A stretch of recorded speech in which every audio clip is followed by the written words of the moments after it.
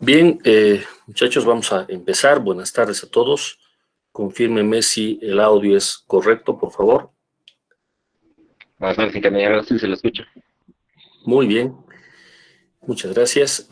Bueno, estamos arrancando ya con lo que es el avance. Para quienes no han podido conectarse ayer o no han podido revisar el video, hemos hecho una primera clase el día de ayer, que únicamente ha durado unos pocos minutos, más que nada para coordinar el tema de del libro, cómo se va a trabajar, el horario, y bueno, quedó pendiente un tema que ahora mismo quisiera que lo discutamos, ¿de acuerdo? Y tiene que ver con el horario de los días miércoles. Ayer les comenté que tenemos la dificultad de que el horario de las 4 menos cuarto se cruza con la finalización del horario de trabajo del personal de la UMS. Yo estoy todo el día en el campus y a las 4 de la tarde pues tengo que dejar la oficina y bueno, trasladarme, ¿no? Y entre que salgo del campus y llego a mi domicilio, pues pasa un tiempo y obviamente no hay cómo hacer la clase en ese momento. Entonces debemos de encontrarle provisionalmente una hora alterna a ese turno, ¿de acuerdo? Ese es un detalle. Podría ser una opción el día lunes a las 14:15. Es una opción que yo les propongo. Y la otra podría ser el miércoles a las 11:15. Son las dos alternativas que yo tengo de horario. ¿De acuerdo? Lunes 14:15 o miércoles 11:15. ¿Ya? A ver, piénsenlo y antes de desconectarnos el día de hoy vamos a definir en función de lo que mejor les parezca. Obviamente, si hay cruces y demás y no se va a poder, pues en último caso la clase va a estar guardada y ya está. Van a poder revisarla. Ya les pido un poquito de comprensión en ese caso. De otra manera, la clase de los miércoles no podríamos pasar y eso creo que es peor. ¿Ya? Bueno, con ese antecedente arranquemos. Estoy haciendo algunos cambios en lo que es la modalidad del trabajo, ya con la experiencia del semestre anterior. Voy a enfocarme más en hacer sesiones más cortas, pero que les dé la posibilidad a ustedes de hacer trabajo por cuenta propia, de hacer algunos ejercicios. ¿De acuerdo? Voy a basarme en el libro de texto que tienen en la pantalla, es el texto de Hibeler, ¿ya? Un excelente libro de texto para análisis estructural. Ustedes han empezado su estudio de análisis estructural, bueno, en Física 2, cuando vieron algo de equilibrio estático, posteriormente en isostáticas, que ya es la parte formal del análisis estructural. Entonces, los primeros capítulos de este libro, que lo tienen acá, capítulo 1, 2, 3, 4, hasta el 6, es lo que se lleva en isostáticas, que se resume, obviamente, sistemas isostáticos, vigas, pórticos, cerchas, cálculo de reacciones, cálculo de esfuerzos, ¿sí? Axiales, momentos cortantes, diagramas en cada caso. Eso es lo que ustedes han visto. Y han debido ver algo, como acá aparece como capítulo 5, no sé si logran ver el cursor en el explorador. Capítulo 5, cables y arcos, han debido ver en su curso de ISOs algo de cables y arcos también. Y capítulo 6 dice líneas de influencia para sistemas estáticamente determinados, o lo que es lo mismo, sistemas isostáticos. Hasta aquí han tenido que ver. Yo sé que por distintas razones el curso de isostáticas a veces no abarca todo, ¿de acuerdo? Por X o Z. Pero esa no puede ser una justificación para no manejar estos temas, ¿de acuerdo? Antes de que se dé esta situación de estos cursos a distancia que nos hemos visto obligados a hacer, ya la universidad prácticamente obligaba al estudiante a que dedique muchas horas estudiando por cuenta propia, lo cual es muy importante. Y ustedes ya lo saben, ustedes no están empezando la universidad. Ya saben que realmente el éxito en la universidad depende del tiempo que le dedican estudiando por cuenta propia. ¿De acuerdo? Y bueno, ahora que estamos en esta otra modalidad a distancia, es más notorio todavía. ¿De acuerdo? Entonces, ¿qué es lo que tiene que pasar? Ustedes tienen que dar una revisada al libro hasta el capítulo 6. Y pues si hay algo que no manejan, no se acuerdan, no les han explicado bien, o lo que fuere, pues tienen estas primeras semanas para ponerse al día. ¿De acuerdo? Yo voy a arrancar ni siquiera con el capítulo 7. El capítulo 7 dice, si es que logran ver acá abajo, análisis aproximado de estructuras estáticamente indeterminadas. ¿Sí? Son métodos aproximados para resolver sistemas hiperestáticos. Este tema lo van a ver con Franklin, que es el auxiliar de la materia. Ya creo que mañana él se va a presentar. Y van a ver esto como un tema introductorio, ¿ya?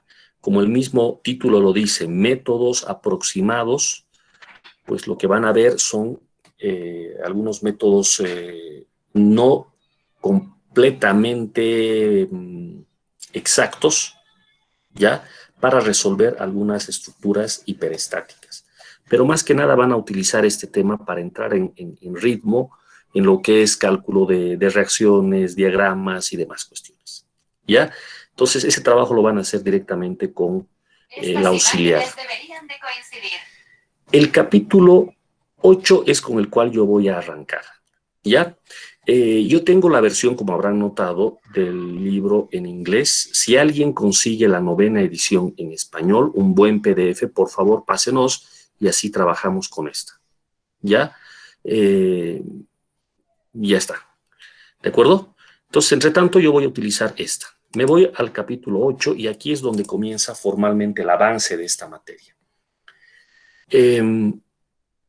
No se preocupen lo vamos a entender muy fácilmente. Por ejemplo, este capítulo está referido a deflexiones. El objetivo de la clase de hoy es mostrar un ejemplo de un método que estoy seguro que ustedes conocen ya, que es el método de la doble integración para el cálculo de deflexiones. Quiero poner en práctica esta nueva modalidad, digamos, de trabajo. Voy a mostrar la teoría, me voy a ceñir al libro, a los ejemplos que están en el libro y voy a dejar un ejercicio de tarea para mañana. Y mañana lo resolvemos. Entonces vamos a ir alternando así entre ejercicios que están resueltos en el libro, que los motive a ustedes a leer el libro ya mismo, y luego vamos haciendo ejercicios propuestos. ¿De acuerdo? Esa va a ser la metodología en esta versión del curso. Ok, entonces, primer tema, deflexiones. Ocurre que en isostáticas ustedes han aprendido a calcular reacciones y esfuerzos, pero a ver, hagan memoria, ¿han aprendido a calcular deflexiones en el curso de isos? ¿Recuerdan algún método para calcular deflexiones?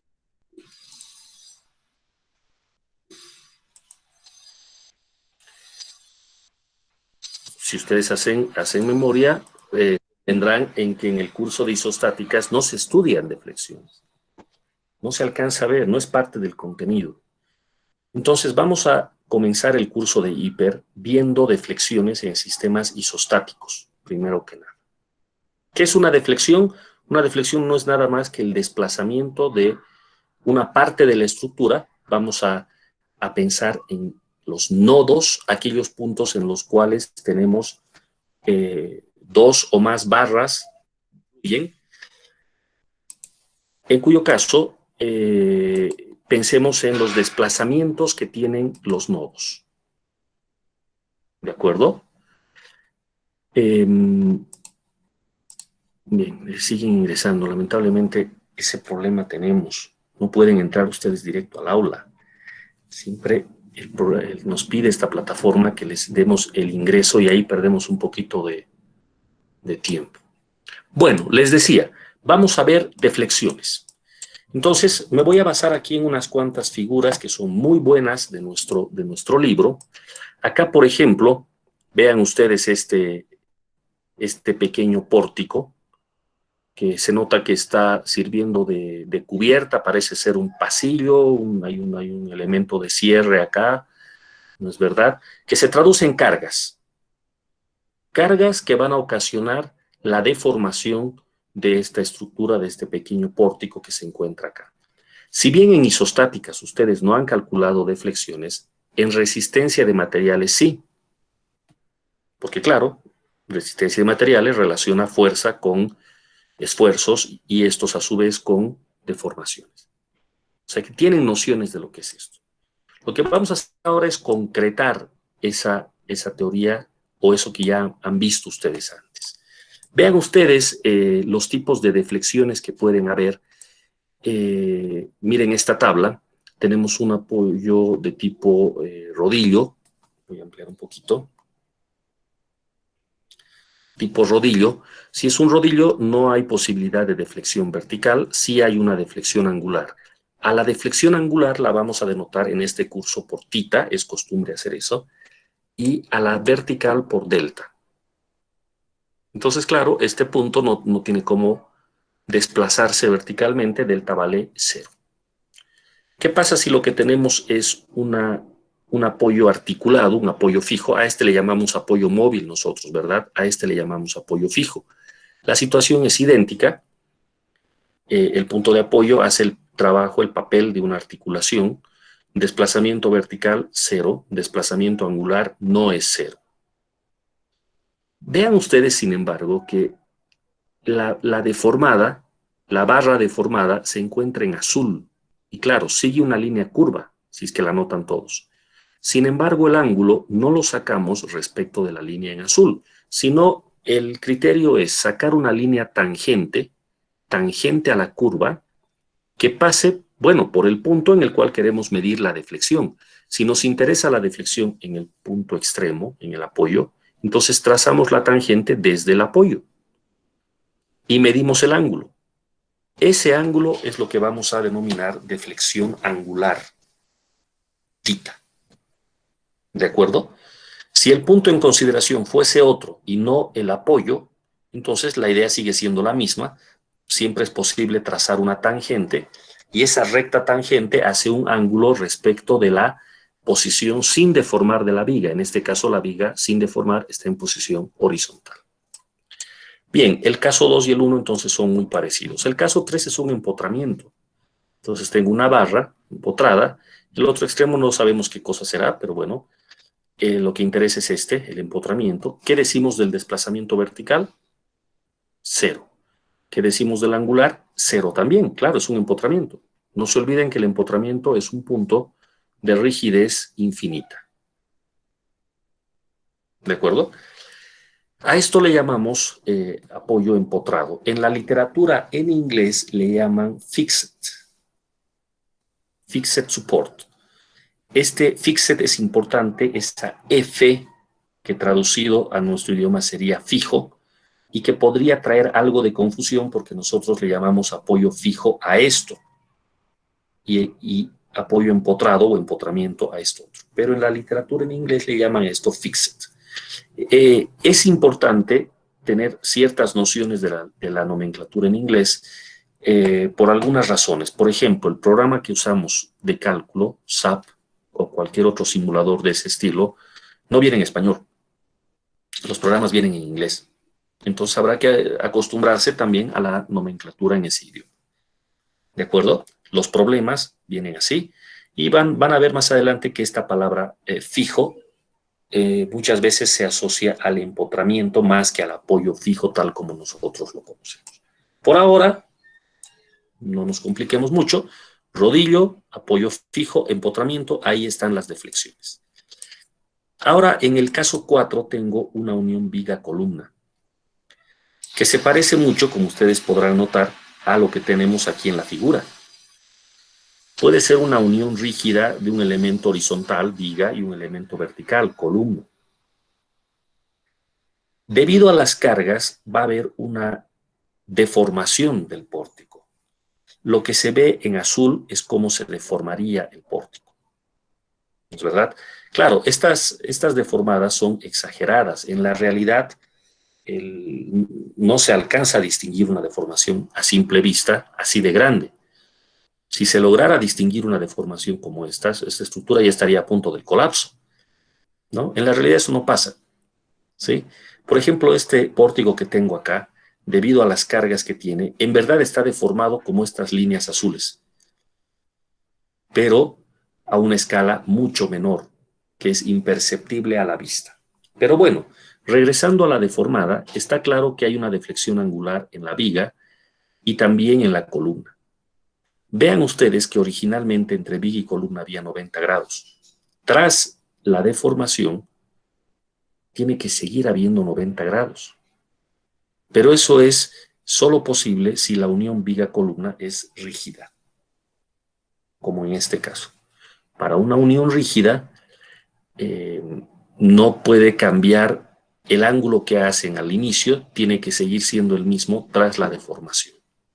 Eso implica que el ángulo θ, la deflexión angular θ en la viga, tiene que ser igual a la de la columna, porque si no, no tendrían 90 grados entre los dos, ¿se dan cuenta? Este concepto lo vamos a utilizar a menudo en los ejercicios. ¿Qué diferencia hay en el caso 5? El caso 5, si es que notan aquí un punto azul, representa una articulación. Eso significa que en lugar de una unión rígida entre la viga y la columna, aquí hay una articulación.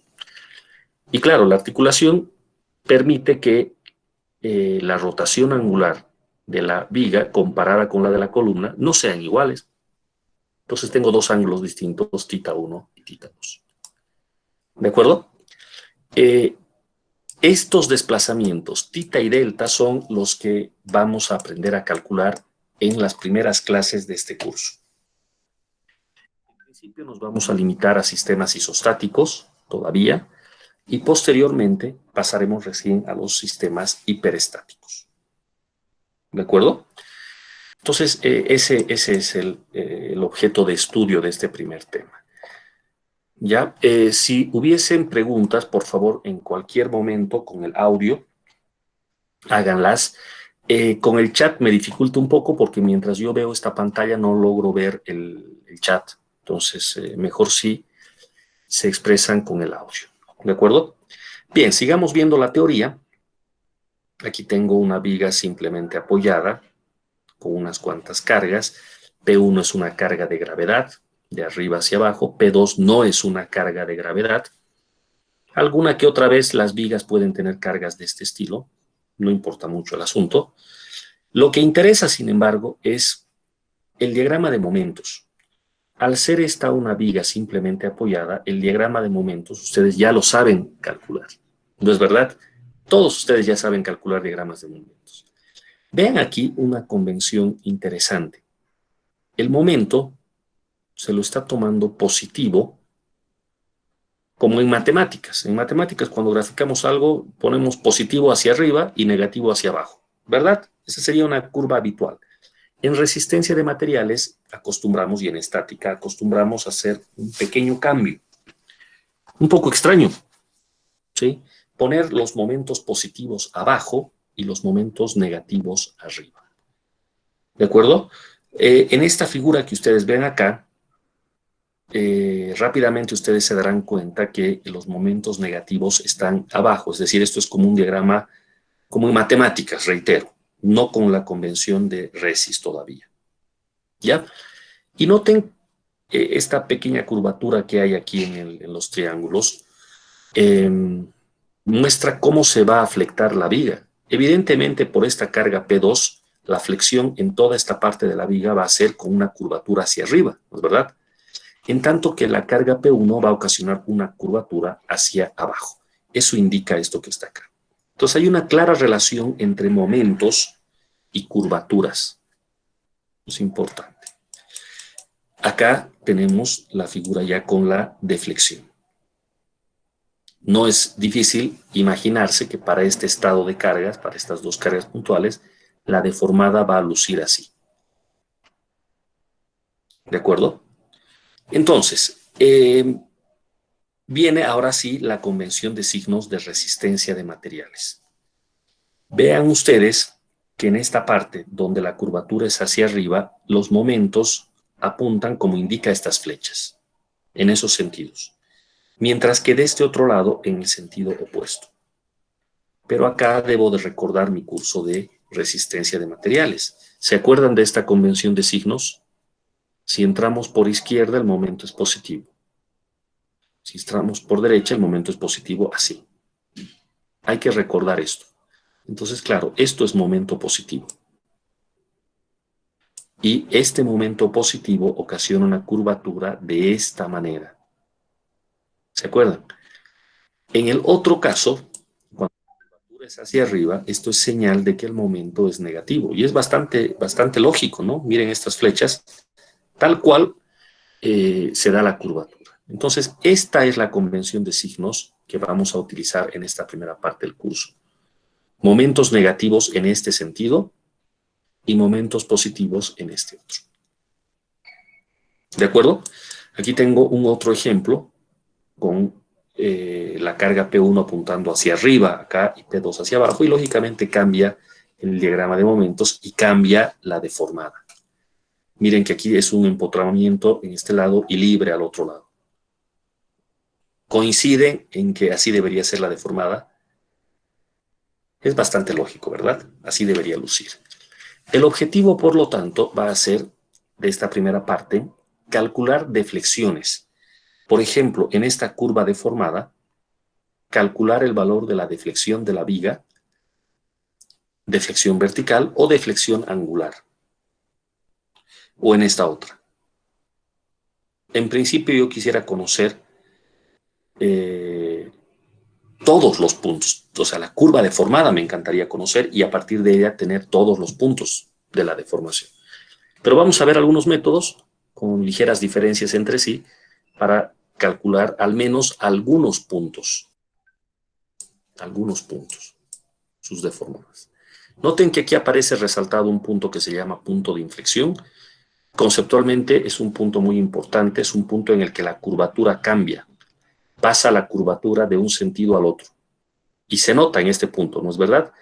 Desde el inicio de la viga hasta este punto la curvatura va en un sentido y luego va en sentido opuesto. Lo propio aquí.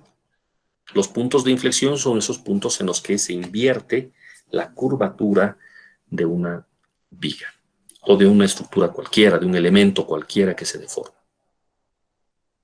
Matemáticamente, estos puntos corresponden a la segunda derivada igualada a cero. Deben de recordar eso, de sus cursos básicos de cálculo. ¿Ya? Bien, sigamos adelante. A ver qué otras figuras tenemos. Estoy en la página siguiente, la que teníamos hace rato. Y bueno, esta es una de las cosas que a mí más me agrada del libro de Hibeler, de estos libros que ya son más modernos.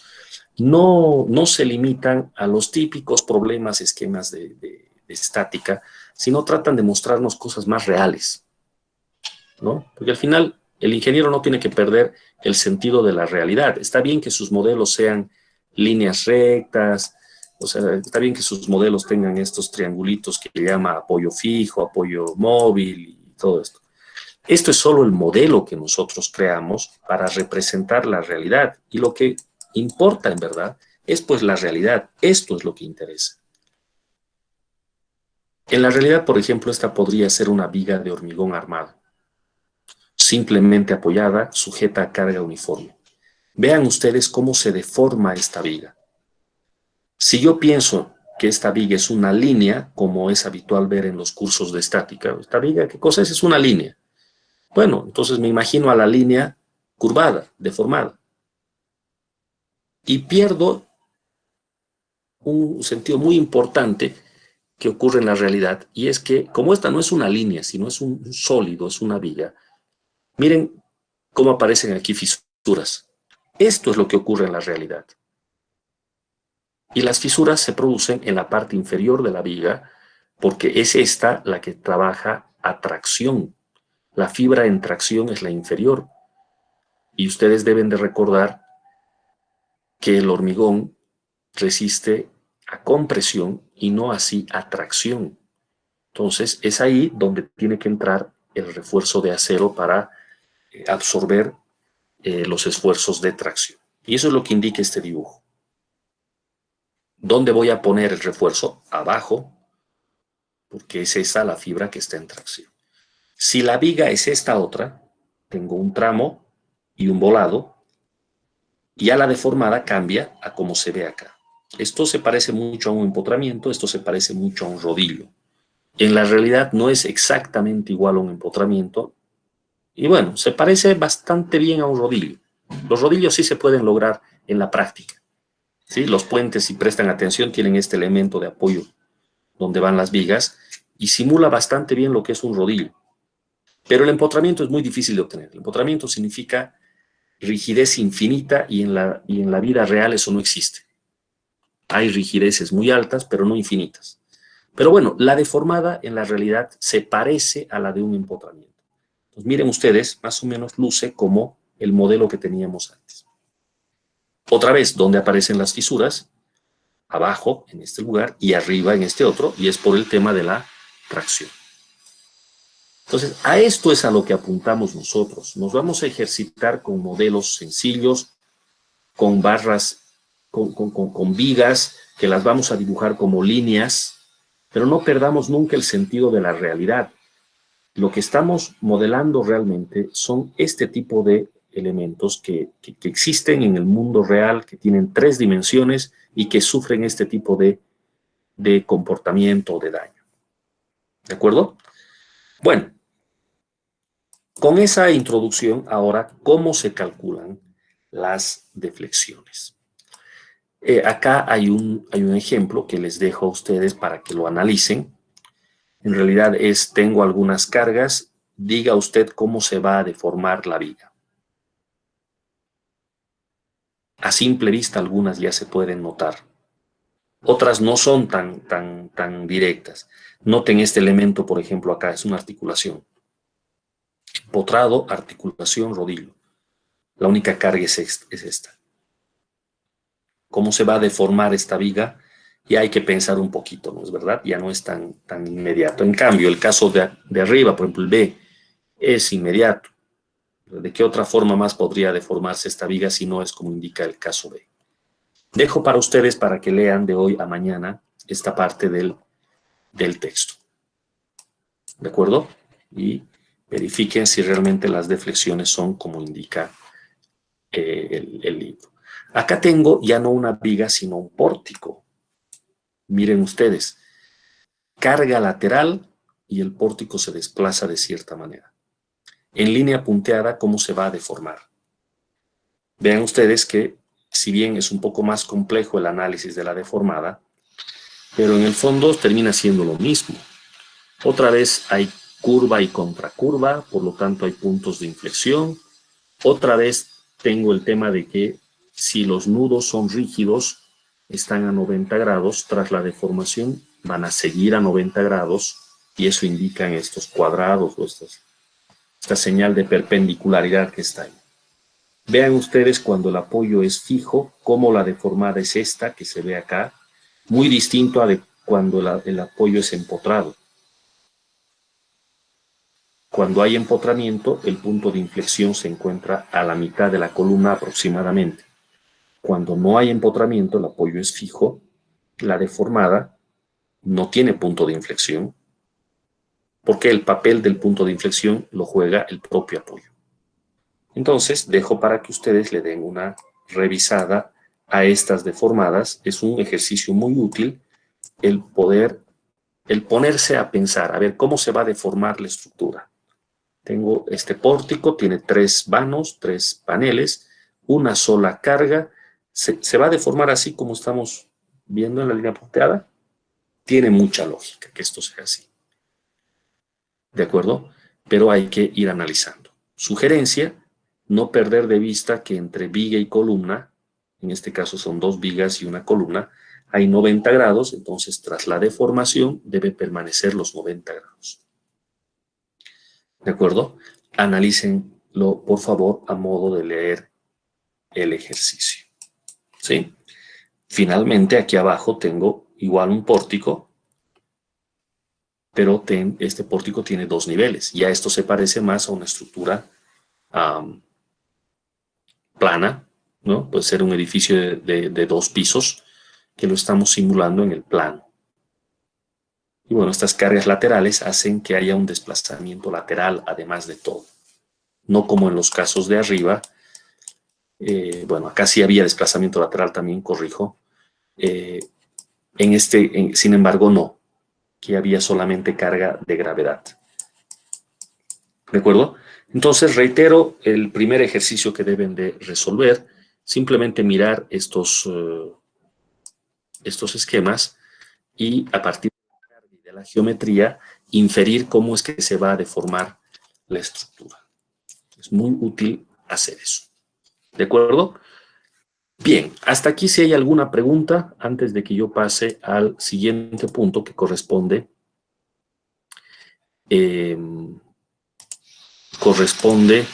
ya a la teoría, al primer método de resolución que vamos a ver.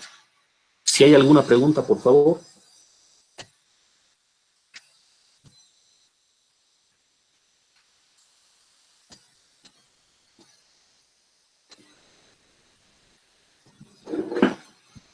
No hay preguntas. Muy bien. Paso a lo que es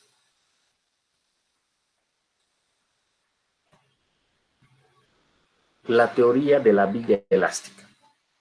Esto se los ha tenido que explicar el docente de resistencia de materiales 1. Hagan memoria, han tenido que ver con él, o capaz en resistencia de materiales 2. Es fundamental, y yo lo vuelvo a repetir acá, lo vuelvo a ver, porque en esto radica la esencia del análisis estructural. Ustedes no tienen que perder de vista que lo que están aprendiendo acá, lo que han aprendido desde Física 2, isostáticas, Resis 1, Resis 2 y ahora hiperestáticas, es el análisis elástico. Elástico. Todo lo que han aprendido hasta ahora es simplemente la teoría elástica. En Resis 2 han debido ver algo de el comportamiento inelástico, la formación de rótulas plásticas, ¿no es verdad? Han tenido que ver algo de eso. Pero el resto del curso y de todo lo que han ido estudiando en estática hasta ahora ha sido simplemente teoría elástica. ¿De acuerdo? ¿Qué significa estar dentro del rango elástico? Significa que mientras actúan las cargas, la estructura se deforma, deja de actuar la carga y la estructura regresa a su geometría original. Por lo tanto, los desplazamientos, las deformaciones que vamos a apreciar van a ser siempre pequeñas, chicas. Estamos dentro del rango de las pequeñas deformaciones. Basta que en su estructura haya grandes deformaciones, toda esta teoría deja de funcionar y se requiere otra ya para resolver el problema de las grandes deformaciones. A eso le llamamos análisis no lineal y es algo que en el pregrado ustedes no van a estudiar. Lo van a ver muy de refilón cuando aprendan hormigón, si es que aún no han hecho el curso, pero nada más que eso. ¿De acuerdo? Entonces, una de las características de la teoría elástica es que uno puede aplicar superposición. Por ejemplo, esta viga simplemente apoyada AB, que tiene 2 cargas, la distribuida y la puntual, yo puedo analizar el problema por separado. Por un lado, solamente la carga distribuida.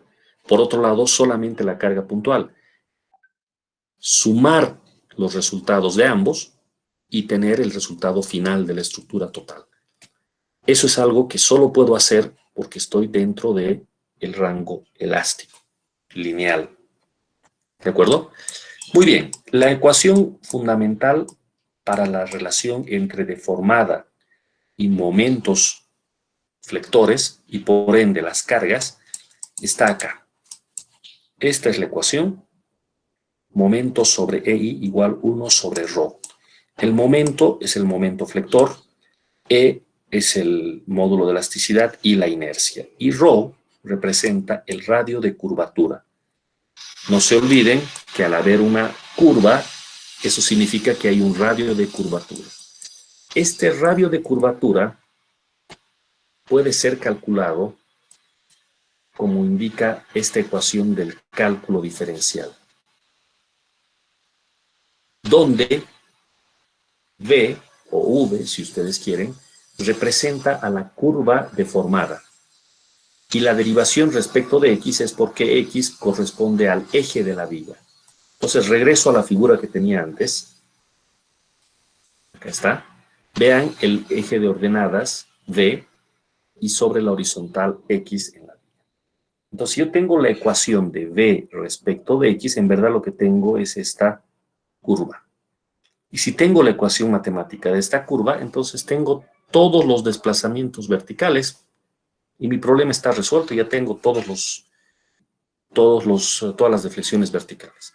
Y si quiero los angulares, bueno, el cálculo me dice que si tengo la curva, le saco la primera derivada y tengo el ángulo, θ. Entonces, en principio el problema no parece muy complicado. Si 1 sobre el radio de curvatura es esto, pero a su vez 1 sobre el radio de curvatura era m sobre EI, entonces la ecuación llegaría a ser esta. ¿De acuerdo? Sin embargo, aquí viene la parte importante. Esta primera derivada respecto de X, que llega a ser la tangente de la curva, es un valor bastante pequeño.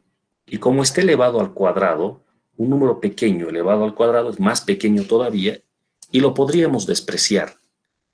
Aquí es donde se nota que estamos haciendo un análisis de primer orden, un análisis lineal. Estamos despreciando este término derivada de v respecto de x elevada al cuadrado. ¿De acuerdo? Eso se va a despreciar y la ecuación va a quedar así. Esta ecuación, la 8,4, es la famosa ecuación de la elástica. Es una ecuación diferencial de segundo orden que ustedes la han tenido que ver en su curso de Resis 1. Sin duda. A ver, confírmenme por favor si han visto esta ecuación y si ya han resuelto ejercicios con esta ecuación. Sí, Inge. Claro que sí, eso es. Entonces, bueno, a mí me viene bien arrancar mi curso con esta ecuación, porque, bueno, estoy sobre terreno conocido todavía, ¿no es verdad? Ya ustedes lo han visto. Entonces, claro, aquí tengo unos cuantos ejercicios, pero el problema de la elástica ya está planteado. El problema de la elástica se traduce en esa ecuación diferencial de segundo orden que debe ser resuelta. Ahora, ¿cómo se resuelve la ecuación diferencial que tengo acá? ¿Cómo resolvemos esta ecuación diferencial? Pues hay más de una forma de hacerlo. La manera más directa es integrando dos veces, que sería otra forma de decir, resuelvo por la teoría de ecuaciones diferenciales la ecuación esta que tengo acá. Aprovechando que E e I suele ser constante, ¿sí? Es raro que dentro de una misma viga el material sea distinto, entonces E va a ser constante. Y la inercia de la viga, para que varíe, tendríamos que estar ante una viga, por ejemplo, acartelada. A ver, por un momento, imaginémonos que estamos en nuestras aulas del edificio nuevo, ¿no es verdad? Han debido más de una vez mirar hacia el techo, ¿no es verdad? Que la losa es encasetonada, tiene casetones, es muy simpática esa losa, pero las vigas de apoyo son vigas acarteladas. ¿Se acuerdan, verdad? Son vigas que tienen sección variable, ¿sí? Tienen más peralte en los apoyos y menos peralte en el tramo central de la viga. Espero que todo el mundo se esté acordando de lo que estoy diciendo. En esos casos en los que hay sección variable, la inercia varía, ya no es una constante. Entonces, a la hora de integrar, hay que integrarla como una variable, no como una constante. Pero en la gran mayoría de los casos, las secciones de las vigas no cambian. Entonces, casi siempre E por I sale de la integral y solamente hay que ocuparse de integrar el momento M.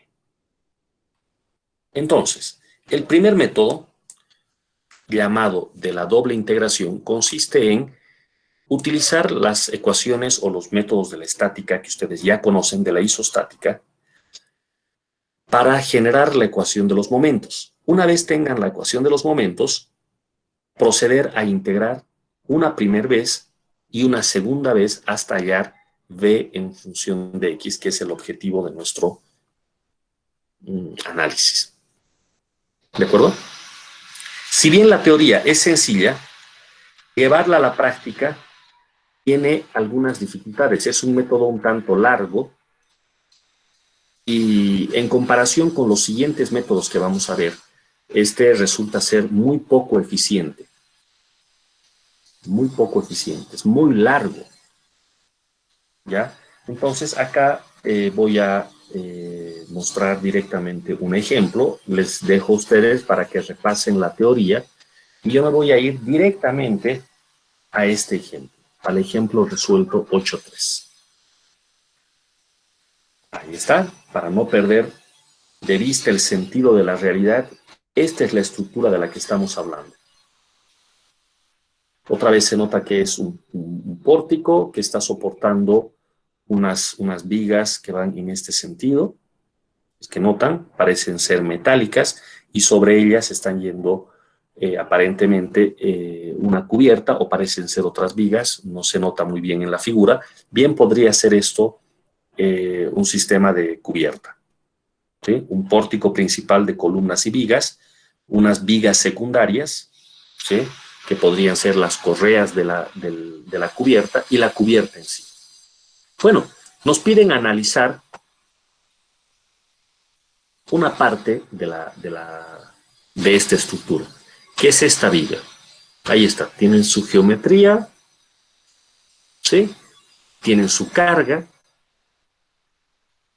y a partir de ella uno comienza calculando las reacciones. Claro, lo primero que tiene que estar seguro es qué apoyos tiene, qué vínculos tiene esta viga. Esta es una viga simplemente apoyada, por lo tanto, la forma de obtener las reacciones es muy básica, ¿no es verdad? Sacar la resultante y dado que todo es simétrico, dividirlo entre 2. 4 por 10, 40, partido por 2, 20 y 20, las dos reacciones. Entonces estoy analizando una de estas vigas que tenemos por acá. ¿De acuerdo? Bien, el objetivo es para este sistema tan sencillo obtener la curva elástica. Entonces, ¿qué es lo primero que hacemos? Agarramos la viga y planteamos un corte X, como se ve acá, corte X, y sobre este corte calculamos la ecuación de los momentos. Fíjense que el corte está hecho aquí. La idea de hacer un corte es analizar todas las fuerzas que están de un solo lado del corte.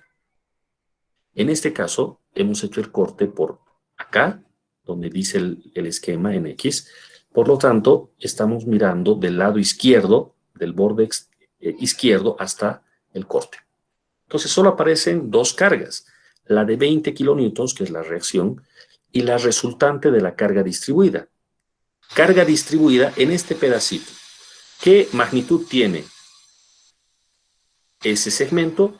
X. ¿Cuánto vale la resultante? 4 por X. ¿Dónde está situada esta resultante? A la mitad de X. X menos. ¿Dónde voy a sumar los momentos? En el corte. ¿Y cuánto valen esos momentos? Bueno, el momento de esta fuerza de 20, esto es trivial, 20 por X, fuerza por brazo, y el momento de esta resultante, 4X, es 4X por X medios, es decir, 2X cuadrado. Y no hay más.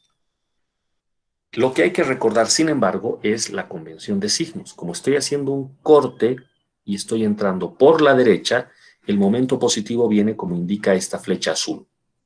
Este momento es el que lo tengo acá. Y vale 20x menos 4x cuadrado sobre 2, o sea, 2x cuadrado. Y vean cómo el momento de la fuerza de 20 tiene que ser positivo. Esto sí es fundamental. Estamos haciendo un acuerdo de cómo vamos a entender los signos, ¿sí? Que es el acuerdo de la resistencia de materiales. Entonces, el momento de la carga de 20 tiene que ser positivo. El de 4x negativo, como indica este caso. ¿De acuerdo? ¿Todo el mundo entiende esto de los signos en esta parte? Sí, Sí, Eso es entiendo. genial. Listo. Lo que pasa es de que dependiendo de qué libro han utilizado o con qué profesor han hecho ISOs, tal vez les ha explicado esto mismo de manera diferente, pero llegando al mismo resultado. O sea, en lo que vamos a coincidir todos, independientemente de cómo razonemos, es en que este momento es 20x positivo menos 2x cuadrado negativo. Listo. Como no hay más momentos, no hace falta colocar más x, debo de simplemente colocar esta ecuación acá. Fíjense, la ecuación básica era momento dividido entre EI igual a segunda derivada de B respecto de X. Bueno, el EI lo he pasado al otro lado y ahora toca integrar. ¿Cuántas veces? 2 veces. Las integrales en estos ejercicios suelen ser sencillas, no son muy complicados, a mano se puede integrar esto. Entonces, evidentemente, de la primera da 20x cuadrado sobre 2, o sea, 10x cuadrado, y del otro lado queda 2x al cubo sobre 3. ¿No? El 2 entre 3 es 0.66666 x al cubo. Ahora, no se colocan límites de integración, sino constantes de integración. La forma más sencilla de resolver esto es con constantes de integración. Entonces, tras la primera integral, coloco constante 1 por el momento indeterminado. Voy a la segunda, vuelvo a integrar. ¿Qué cosa estoy volviendo a integrar? Pues la ecuación que tenía aquí arriba. Vuelvo a integrar y ahora solo me va a quedar EI por V. ¿No es verdad? Y bueno, la integral es lo que tengo aquí abajo. 3.333 x cubo y al otro lado, bueno, estas cuentas hay que hacerlas con una calculadora, pero es muy, muy sencillo de verificar que esto es así. Conclusión, tengo un par de ecuaciones y dos constantes de integración, C1 y C2. ¿De dónde salen estas constantes? Pues salen, como en cualquier problema de ecuaciones diferenciales, de las condiciones de borde. ¿Cuáles son estas? Regreso acá y me doy cuenta que al ser esta una viga simplemente apoyada, el punto extremo izquierdo, tiene que tener deformación 0. Y el punto que está en el otro extremo tiene que tener deformación también 0. Estoy hablando de deformación vertical. Esa es la condición que aparece aquí. V representa la deformada, es 0 cuando X es 0. Y V es 0 cuando X es 10. Reemplazando esas dos condiciones de borde, se puede verificar que C2 vale 0 y que C1 vale 166.7 negativo. Si ya conozco las dos condiciones de borde, puedo regresar a la ecuación, a esta ecuación y a la de abajo. La de abajo me da la curva elástica, V. Entonces, miren, C2 vale 0 y C1 ya tiene un valor definido. Entonces, he logrado sacar una ecuación para la deformada V. Es toda esta expresión que tengo acá, dividida entre EI, y ya habiendo reemplazado C1 y C2. ¿De acuerdo? Por otro lado, la pregunta era, ¿dónde se obtiene el máximo de la deflexión. Claro, es un problema tan sencillo, tan simétrico, que desde luego que la deformada va a ser máxima a la mitad de la viga. Es decir, cuando X vale 5 metros. Y eso es lo que aquí se ha hecho. Pero se puede verificar que cuando X vale 5 metros, también hay otra situación importante. La primer derivada, ¿cuánto vale? 0. No se olviden que la primera derivada representa la tangente de la curva. Y la curva, a ver si puedo rayar con esto. No sé si se puede rayar con estas cosas, creo que no. Voy a intentar ya. Ah, no, me he salido. Mejor no. No importa. Todo el mundo se está imaginando, ¿no? Aquí está la deformada. Y donde la primera derivada es 0, justo a la mitad de la viga. Eso es lo que se está verificando en este ejercicio. Y reemplazando x igual a 5, la deflexión da 521.ei. ¿De acuerdo? Bueno, así de sencillo el ejercicio. Quedan unos cuantos más que enseguida vamos a ver.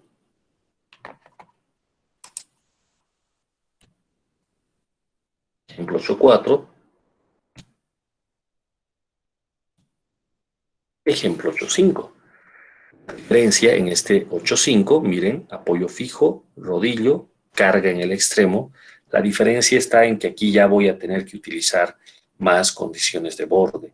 Voy a tener que colocar una ecuación de momentos x1 entre A y B y x2 entre B y C.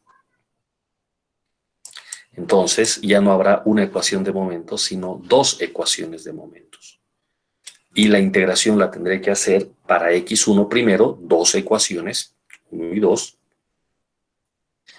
y para x2 después, otras dos ecuaciones, 3 y 4.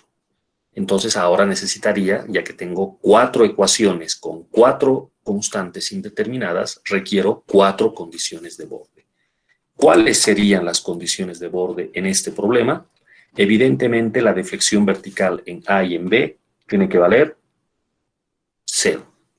Pero ¿qué otras condiciones más tendríamos? ¿Quién me puede decir cuáles serían las condiciones de borde para este problema?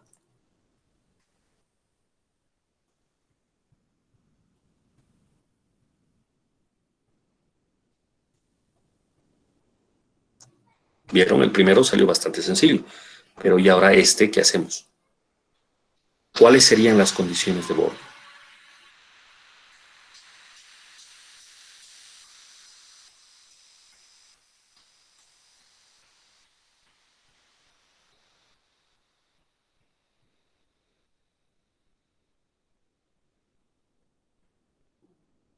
Pues las condiciones de borde llegarían a ser las siguientes. Ustedes van a tener una ecuación de la elástica entre A y B, o sea, una ecuación para la curva deformada entre A y B, y otra ecuación de la curva deformada entre B y C. En ambas, por separado, cuando reemplacen el valor de X de B, ¿cuánto tiene que valer la deformada vertical? 0. Entonces ahí ya tengo dos condiciones. Más la condición de que en A la deflexión vertical es 0, ya tengo 3 condiciones. La cuarta condición viene del hecho de que tiene que haber continuidad entre las curvas que van de A a B y de B a C. Por lo tanto, la primera derivada por la izquierda de B y por la derecha de B tienen que ser iguales.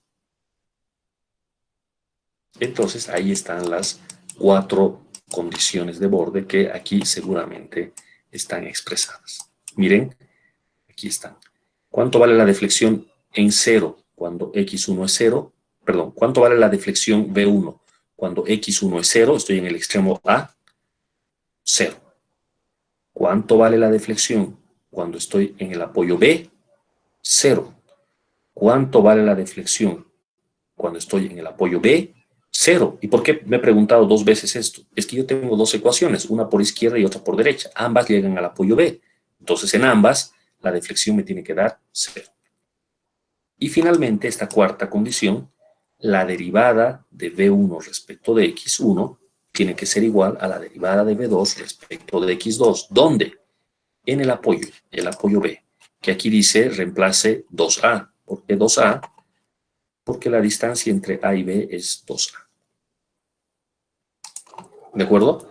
Entonces, cuatro condiciones de borde para cuatro constantes de integración a resolver el sistema de ecuaciones C1, C2, C3, C4. Una vez tenga las ecuaciones, las constantes, el problema ya está resuelto. El tema es que ya los ejercicios empiezan a hacerse muy largos, porque tengo que generar las cuatro ecuaciones, sus condiciones de borde, resolver el sistema y recién concluir el ejercicio. El método es bueno, pero no es eficiente comparado con otros métodos. ¿De acuerdo? Entonces, bueno, lo he visto así muy rápidamente, pero es porque yo sé que ustedes ya han estudiado esto en Resis. Entonces, me viene bien para arrancar y para que ustedes se pongan a leer el libro, por favor. ¿Ya? Obviamente, si no tienen la novena edición del libro, con la octava podrán leer y tiene el mismo número de ejemplos, es todo lo mismo. Exactamente lo mismo. ¿De acuerdo? Ahí está. Me voy a ir a la parte de los ejercicios para dejar un ejercicio de tarea para el día de mañana.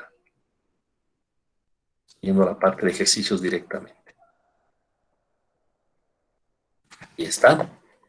Les pido que resuelvan el ejercicio 8.1. Es el primero, debe ser el más sencillo.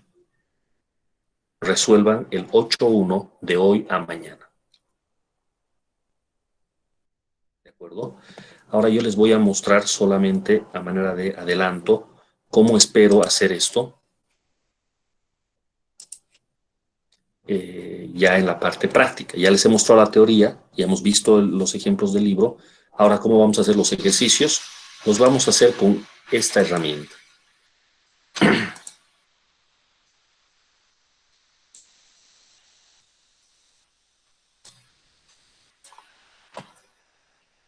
Yo voy a utilizar un programa de matemáticas que se llama Maple.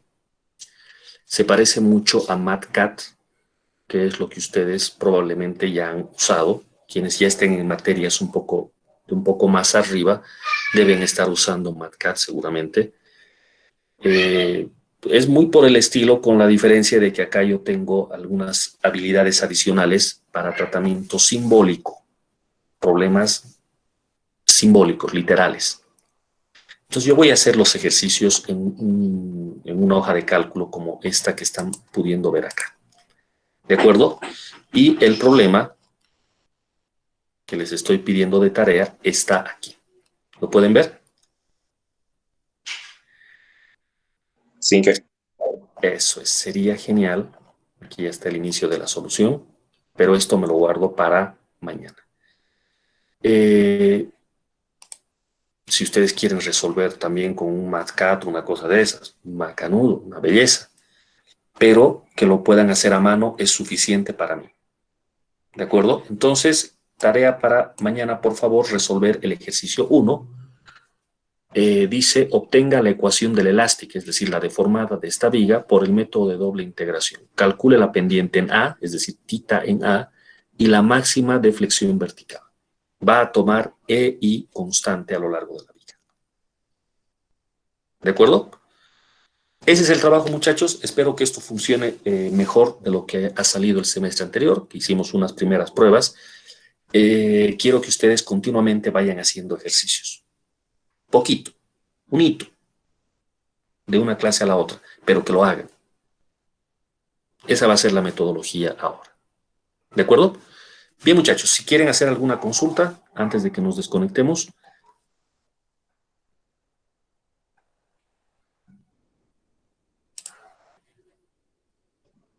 Inge, lo de referente a de la clase, ¿en qué quedamos? Oh, ya, ok. Entonces, cerramos el tema del avance, ¿ya? Y ahora simplemente acordar el tema de la clase. Les había hecho dos propuestas, han tenido tiempo para pensar. Puede ser lunes a las 14:15 o puede ser miércoles a las 11:15. Entonces, por favor, manifiéstense con audio, con chat, ahora mismo.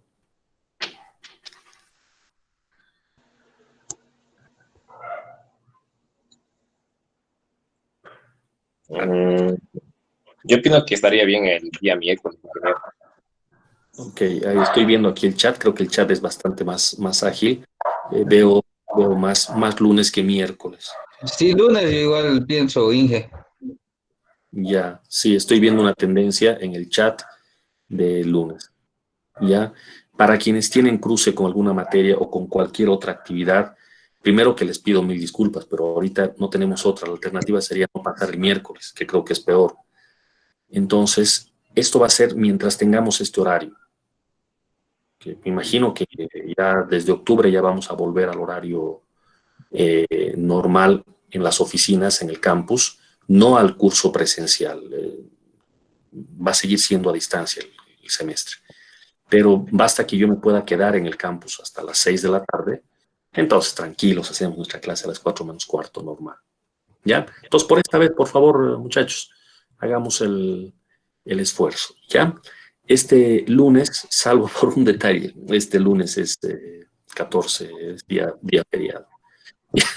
Entonces, bueno, nos vamos a encontrar directamente el día jueves, ¿ya? Pero nuestro horario realmente va a ser lunes 14:15 y jueves y viernes en este horario de las 17:15. ¿De acuerdo? Ese sería el tema. Mañana todavía hay clases, ¿ah? O sea que seguimos avanzando y haciendo algunos ejercicios el día de mañana. ¿Ya? Eso es, muchachos, les agradezco. ¿Qué dice? ¿Se grabarán las clases de lunes para...? Claro que sí. Toda la clase, incluso esto que acabamos de hacer ya se ha grabado. Todo. ¿Ya? Eso es todo, Venga, muchachos.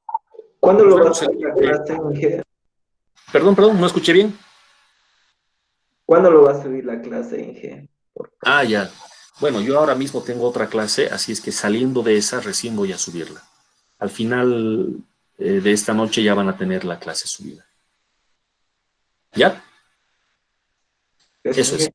Va a ser ese rato. Generalmente a la hora yo ya estoy subiendo la clase. Ese rato. ¿Ya? Listo, listo, muchachos. Eso. Nos desconectamos. Buenas noches y hasta mañana. Hasta luego, Inge. Chao, luego, chao. Inge. Bueno, Hasta Hasta luego. luego.